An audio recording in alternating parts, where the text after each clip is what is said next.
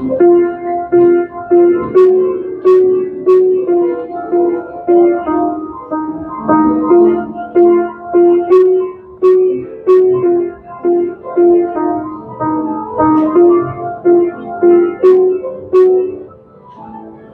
ayun, kakatapos ko lang tugtugin ang All of Me. Ayun. At kay John Legend yon.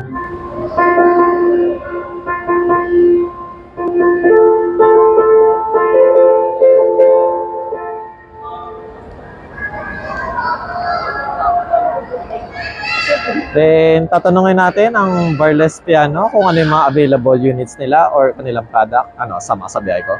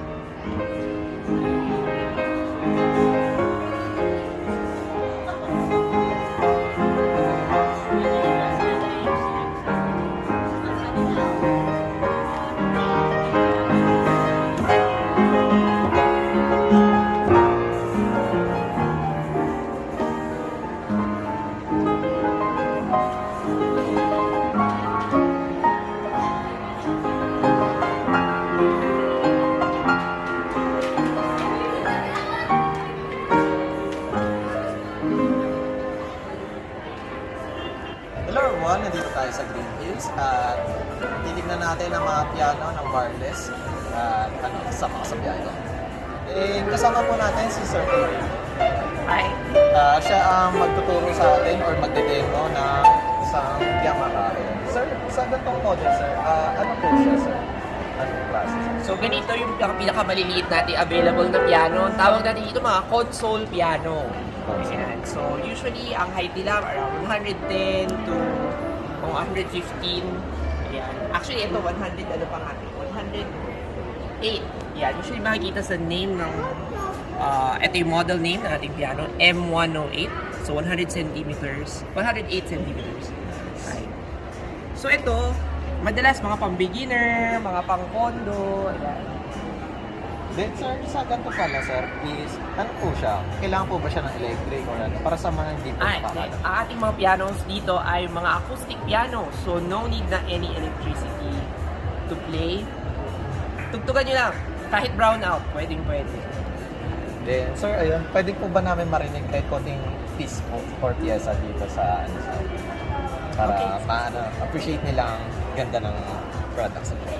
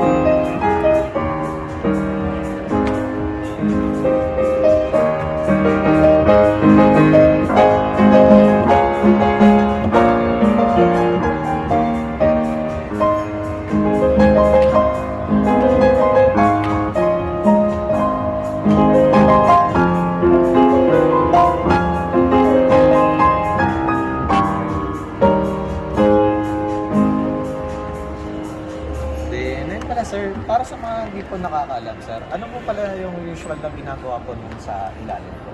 Ayan. So meron tayong tatlong pedal. So bali sa upright pianos, meron tayo nitong sustain pedal. So kapag pinindot mo yan, inapakan nyo, pag pumindot ka dito, i-extend yung sound. Yung gitna naman natin, hindi lahat ng piano may middle pedal. So ang middle pedal natin, pag dito sa upright piano, apakan mo siya, ilalak mo siya papunta dito sa left. Tapos muted na yung tunog ng piano.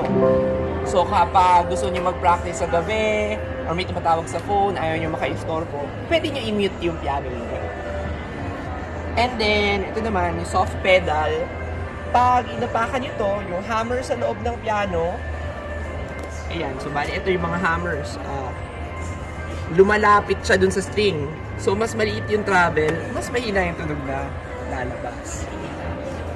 Then, sir, ayun, kung ito po ang pang-basic or pang-beginner, so ano po pala yung usual na pinagkaiba ng sa high-end or sa mas mahal po, sir?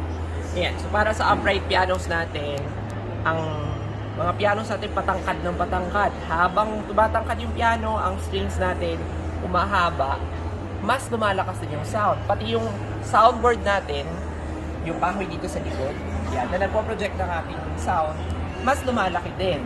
So, mas maganda yung quality ng sound habang mas lumalaki siya. Mas malakas yung bato, mas maganda rin yung quality ng tone na lumalabas, especially dito sa baba, kasi hindi talaga naapektuhan yung pinakababa. Then, sir, para sa hindi po nakakalam, ano po pala or saan po siya gawa ng Yamaha? Ang Yamaha made in Japan. Ayan. Then, sir, kapag, kunwari, bumili po sila ng Yamaha, may service center po ba kayo, sir? Yes, mayroon kami sariling service center sa Barnes. Ayan. And if you have any tuning concern or may mga nagsistick na keys, kailangan ng pedal adjustment, or anything else, you can always send us a message so we can refer you to our service advisor. Then, sir, ayun, kung meron tayong mga parang budget-friendly or pang-student na for beginner, ano po ba yung masasuggest nyo na as professional na or mga ano, sir? Ayan, pag professional na, ang suggestion ko, pumunta talaga tayo sa mga grand piano. So, lipat tayo dun sa grand piano.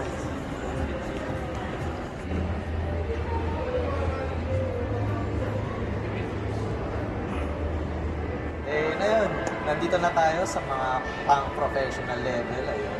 Sir, sa ganito po, ano po pala yung mga usual price? Sa mga grand pianos, merong mga grand pianos tayo starting at around mga 368,000 pataas. Depende kasi kung gaano kalaking size, anong brand. Ayan. Kung ang upright pianos natin, patangkad ng patangkad. Ang grand pianos naman natin, pahaba ng pahaba. Ayan. So mas mahaba, mas mataas usually yung yung price. Sir, pwede pong almost same dun sa nauna para ma-comparison nila. Sige.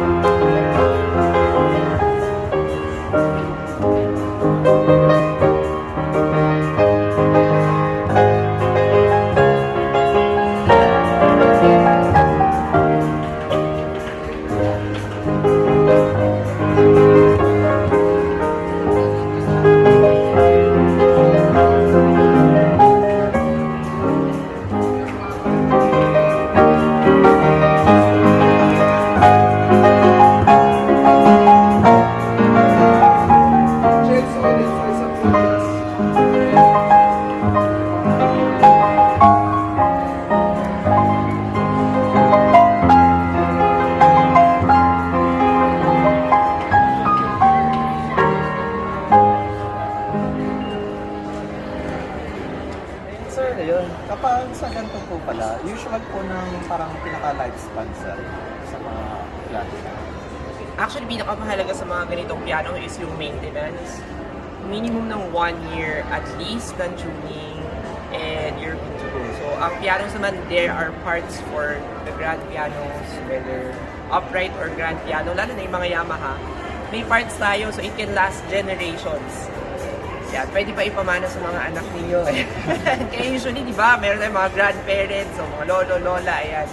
Meron sila mga piano, pinapamana nila sa kanilang mga anak. Maabot pa hanggang apo, ayan. So, hanggat na maintain niyo yung piano ninyo, pwede pa gamitin. And pwede, if merong major repair, meron laging parts. So, definitely, mas mahaba buhay niya at isa yun sa mga main advantages niya over electronic pianos na usually pag nagpalit ng models, wala nang parts na available. Okay. Ayun sir, please invite naman po sa ating mga viewers. Ayan. Hi everyone! I invite you all to visit us at Wireless Pianos. We have our mall display here at Green Hills Mall, GH Mall. We also have our showrooms in Annapolis Street, also here in San Juan, at the back of Promenade.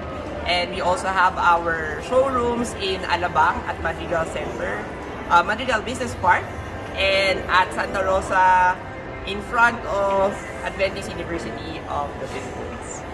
Once again, thank you sir sa Wireless Piano. At visit na lang kayo guys kung or may other concern kayo, kontakin nyo na lang sila direct. Thank you. Ma'am Madeline, ayun po. Ano po pala yung mga mode of payment po para sa mga piano po natin? Ayun. So, we accept all majors credit card like BPI, PNB, Metrobank for the installment, and then for the straight payment, all majors card pwede naman po. And then for the cash and cash check, COD, so we accept po. COD. Pero ma'am sa COD ma'am is within Metro Manila or kahit sa other province? Kahit saan po, kahit province pwede po. Then regarding po pala sa ano ma'am, kapag sa bumili po sila ng unit ma'am, is ano po pala yung usual warranty? Oh yes. For the warranty, for the Yamaha is 5 years warranty, parts and service, and then for the other brand is 3 years and 2 years. At visit na lang po kayo sa kanilang mga branches at meron din sila dito sa Green Hills. Ayun, punta na lang kayo. Thank you. Okay, thank you po.